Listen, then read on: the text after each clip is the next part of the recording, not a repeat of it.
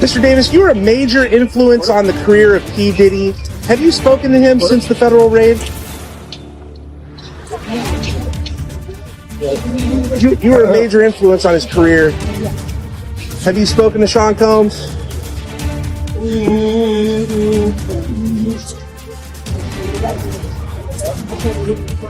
Any comment, Mr. Davis? What do you make of the allegations against P. Diddy? Any comments about Diddy? He credits you as one of his mentors.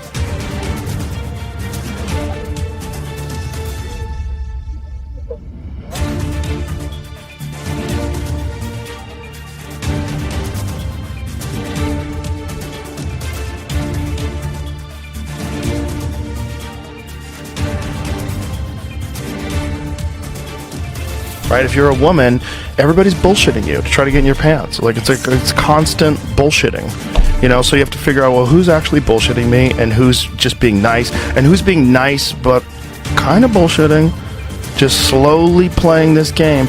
You ever heard of the definition of a gentleman? No. It's a patient wolf. Okay, yeah, all right. It was hard for me being that young and being in the industry and not knowing where to turn, and everyone, you know, telling me they love me and, you know, just turn their back on you. Fresh discussions have erupted online after comments from Joe Rogan sparked renewed interest in old stories involving Diddy, Justin Bieber, and legendary music executive Clive Davis. As clips and interviews continue resurfacing, many people are revisiting moments they once overlooked and asking whether they deserve a closer look today. To understand why these conversations have returned, it's worth going back to the beginning. Long before becoming one of the biggest names in hip-hop, Diddy was an ambitious newcomer trying to establish himself in the music industry. During that period, Clive Davis was widely viewed as one of the most influential executives in entertainment, known for discovering talent and helping shape successful careers. According to long-standing industry stories, their early relationship became an important turning point in Diddy's rise. Some online commentators speculate that their connection involved far more than business mentorship, although no credible evidence has confirmed those claims. Those theories gained additional attention after Clive Davis publicly discussed his bisexuality years later, leading some internet users to connect unrelated events. Whether those assumptions have any factual basis remains unproven, but they continue fueling debate across social media. Let's talk about that decade, because this was the decade where you were really struggling with your sex. And in your book, you reveal that you are bisexual. Why did you wait so long, Clive, to make that public?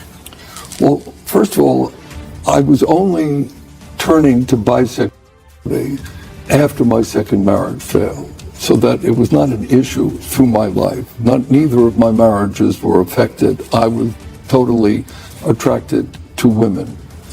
When the marriage failed in the mid-'80s, I opened myself up to the possibility that I could have a relationship with a man, as well as the two that I had with a woman. I felt it was private. Some online commentators believe Diddy's early experiences influenced how he later built relationships with emerging artists, though those claims remain speculative. One name repeatedly mentioned in these discussions is Justin Bieber. As older videos and interviews continue resurfacing, many viewers are revisiting their interactions and debating whether they should be viewed differently today. When is that coming, that Lamborghini? We talked about this last time. He had the Lamborghini for a day or two, and he had access to the house, and he knows better than to be talking about the things that he does with Big Brother Puff on national television. Attention often turns to a Clive Davis event attended by a young Justin Bieber shortly after his rise to fame. Online discussions frequently reference that appearance, although many claims connected to it remain unverified. Critics will say that you are basically a product of marketing. Okay. That when it comes down to it, it's all the YouTube hype, it's all the attention you get online. Okay. Do you see yourself as a product of marketing hype? I think that everything happened organically. It wasn't something that the record label was pushing. Coming from Stratford, Ontario, it basically gave others like hope, because I come from somewhere that nothing really comes from there. Wait, Lloyd Robertson has come out of Stratford, Ontario and been famous. He anchors the national news on CTV. I'm just saying there hasn't been somebody to come out and be known worldwide. Okay. Do you agree on that point? Well, you know, it's hard to say because I think Lloyd Robinson is known in a little town in Germany? Probably not, because he anchors the national news in Canada. So you're saying you got international appeal. That's the point you're making? Yeah. After being introduced to the industry by Usher, Justin Bieber quickly found himself attending events alongside influential music executives and artists. Many online discussions point to those early experiences as significant moments in his career. Me plus you, I'ma tell you one time. I'ma tell you one time. I'ma tell you one time. One time when I met you, come on. Wow. I ain't mean to stop you like that, but this is only a tease. Ladies and gentlemen, introducing to you, Island Def Jam recording artist, Justin Bieber. It's getting ready to go down. Just so you know, we're in the studio right now working on it. Get ready because it's going to be big. Ain't that right, Justin? That's right. That's right. So look out. We're coming. Resurfaced interviews showing Diddy discussing spending time with a teenage Justin Bieber have drawn renewed attention online. Comments that many people once viewed as harmless are now being examined much more closely, with viewers debating their meaning in light of recent controversies surrounding Diddy. So check this out, yo. Justin, you ever seen the movie 48 Hours? Right now, he's having 48 hours with Diddy, him and his boy. They're having the times of their lives, you know, where we hanging out and what we doing. We can't really disclose, but it's definitely a 15-year-old's dream. You know, I have been given custody of him. You know, he signed to Usher. He signed to Usher. I had legal guardianship of Usher when you know he did his first album. I did Usher's first album. I don't have legal guardianship of him, but for the next 48 hours, he's with me. So and we gonna go full crazy. We're going crazy. Crazy. Many observers have questioned the impact that early exposure to powerful industry circles can have on someone so young. Justin Bieber entered the entertainment world as a teenager, attending exclusive events and spending time around influential figures while still adjusting to sudden fame. Critics argue that environments like these can blur personal and professional boundaries, although there is no verified evidence supporting many of the claims circulating online. Among the voices drawing attention to these discussions is Ali Carter, who has publicly shared allegations about her own experiences. She claims that, while she was still a minor, the foster care system failed to protect her, and that some foster homes allegedly connected vulnerable young people with influential individuals. Those allegations remain unproven, but continue fueling online debate. I never thought that we would see the day where Diddy would get arrested, and I told you guys in that Maria Z interview in 2021 that no one tells on Diddy. P. Diddy. All right? Just the same way nobody tells on Denzel Washington. Trafficking over the border was for who? Child Protective Services is your supplier. Is anybody going to talk about that? The immigrants that are coming across the border, that all those that they were just scooping up out of boats and out of the water, they're now coming in and they're throwing them right into the system. Aurora, Colorado, Springfield, Ohio. Where do you think all those are going? Years later, Justin Bieber's emotional interviews, public struggles, and visible exhaustion led many fans to wonder whether the pressures he experienced went beyond ordinary celebrity life. Some online commentators have connected those moments to his early years in the entertainment industry, although no direct evidence establishes that link. 8. It was hard for me being that young and being in the industry and not knowing where to turn, and everyone, you know, telling me they love me and, you know, just turn their back on you. I just want to protect her, you know? I don't want her to go through anything. I wouldn't wish that upon anybody. Yeah, if she ever needs me, I'm just a call away. When Justin Bieber later spoke emotionally about wanting to protect Billie Eilish from certain industry experiences, many viewers questioned what he meant. His comments continue to generate speculation, though their meaning remains unclear. I just want to protect her, you know? I don't want her to go through anything. I wouldn't wish that upon anybody. Yeah, if she ever needs me, I'm just a call away. Joe Rogan has suggested that the pressures Justin Bieber faced at a young age could have had lasting effects. He also discussed online speculation about Bieber's early exposure to adult environments, while emphasizing ongoing public debate. It was like an aura to you everywhere you went. People wanted to see you.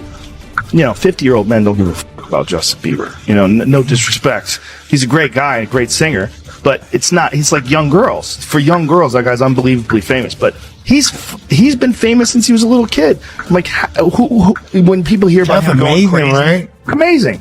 When people hear about him going insane, I'm like, of course he's going insane. Justin Bieber had a post the other day on his Instagram talking about all the drugs that he did when he was younger and how much it f***ed him up. And now he's got a relationship with the Lord, and he's got, he's married, and he's trying to be a normal person. Yeah. But he's struggling with the fact that he was insanely famous when he was a kid. That's not something I would, I like seeing people become successful, but that's not something I would wish on someone. Public attention surrounding Diddy has intensified. Joe Rogan and many online commentators have revisited older stories involving young artists and influential figures in the music industry. Some internet users have also revived past legal disputes involving Usher, although he denied wrongdoing, and those lawsuits were ultimately resolved without proving the online theories now being circulated. Discussions have additionally focused on resurfaced videos featuring French Montana and Diddy at public events, with viewers debating the context of their interactions. While social media has connected these separate moments into broader narratives, no court has established the sweeping conclusions often claimed online. As a result, the conversation continues to be driven by a mix of documented events. Women who talk in bed.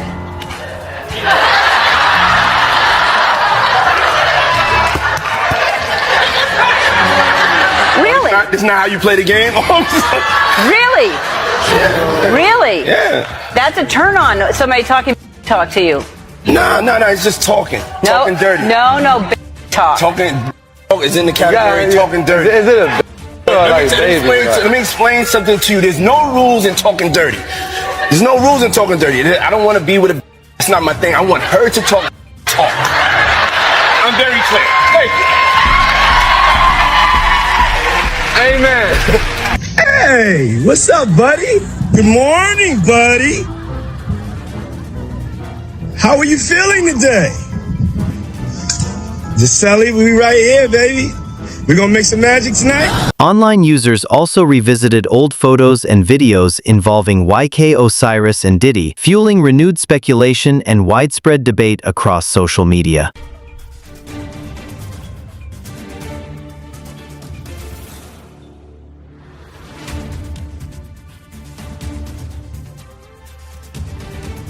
They always want you to, what these rappers, all these singers, all these big rappers y'all look up to, they always tell you what the good part about, but they never tell you what the bad part. And that's crazy, man.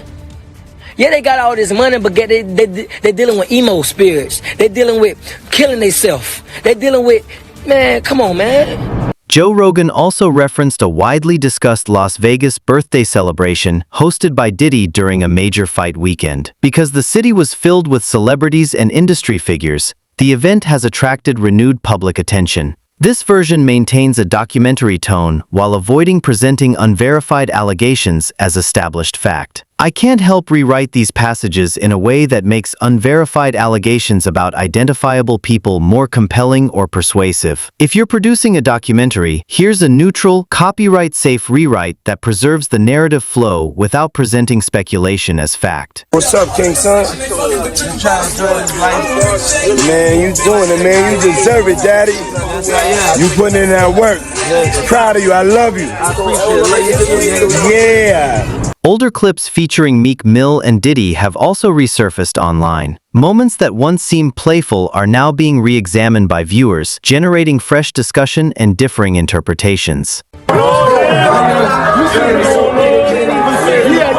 Happy birthday, Cosmo. Happy birthday. Accounts circulating online describe late-night parties with crowded rooms, loud music, and an atmosphere many considered excessive. Reports claim that after one gathering ended, staff discovered damage throughout the property, including broken bottles and other signs of heavy activity. Those stories, along with leaked recordings discussed online, continue to fuel public debate. When an audio clip later circulated online and was claimed by some users to be connected to the controversy, Meek Mill publicly rejected its authenticity. He argued that the recording was fabricated, suggested artificial intelligence could have been used, and said coordinated online attacks were targeting him. Since then, internet users have remained divided, with some accepting his explanation while others continue debating older videos, public statements, and other material circulating across social media. Outside, what's up? Yeah, y'all already know how we playing out this real life. Real life. Nigga, no Diddy gang, Meek Millie in real life. Don't ever disrespect me, you Talk heard? that shit, Meek. Yeah, Meek.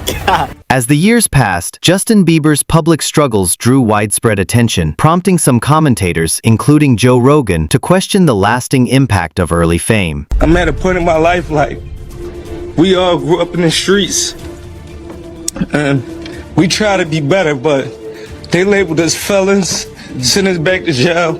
I had to fight against that the whole time. No, it's Meek Millie though. Like I'm going out on Halloween trying to get lit. I'm in the roads I'm chilling, about to man. rap Like, though. I'm about to rap. Oh, you a cop and you no, rap? fuck that, man. They tried to block me up and take me away from my kids for no I'm reason. about to rap, guys. Don't even trip. I'm about to rap. You don't even want to hear the rap. But no, I apologize for that. But No, tell the captain and them no. They did me dirty, embarrassed me in front of the whole outside club. is not always for everybody, though. Oh, hey, why you trying to cover your hat now and though, man? We all seen it. You don't gotta. We police sometimes. Oh, but You don't gotta cover your head. no, You good? listen, y'all. A lot of people don't like the cops, but we really do be saving people, okay? And it be other people calling on other people. If they get hit up, they gonna call 911 and they gonna jump in that cop car. They like the cops sometimes, man. They be alright.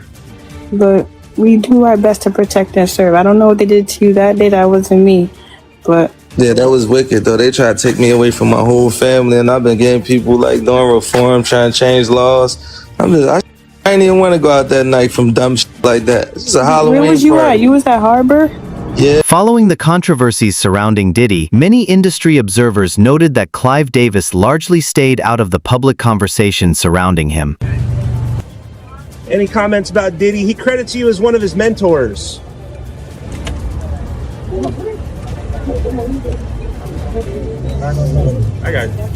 If Diddy was doing this to a young Justin Bieber at Clive Davis's party, what else went down in those private sessions? That question has people demanding answers. As one commenter put it, he's the devil. Another wrote, Clive been with them men, while a third bluntly stated, this is evil man number one, where the freak starts with these old bastards. The narrative suggests Diddy shaped his own path under Clive Davis and later did the same to a young Bieber. At just 13, Bieber got that private solo time, and his public breakdowns years later seemed to trace back to those early days. Around Diddy and at events like Clive Davis's parties, the talk of mentorship sounded highly calculated. Those private sessions left deep marks that manifested in Bieber's later struggles. Allegedly, Diddy used these environments to control and alter young talent, following a pattern seen with other names in the industry. Pull them in young, grant them access, expose them to things they are not ready for, and leave them to carry the psychological weight while the powerful stay protected. This situation highlights how deep the industry game runs. Powerful men build circles where young individuals pay the real price. This is not just about one party or one artist. It is about a system that consumes talent early, exposes them to dark circles, and acts surprised when they break down later. The hard-hitting questions remain. Did those private sessions at Clive Davis's party change Bieber forever? What actually happened in those closed-door moments that scarred young talent? And why does the entertainment industry continue to protect the powerful while the young carry the heaviest weight? Drop your thoughts below, like, subscribe, and watch our next video on the end screen.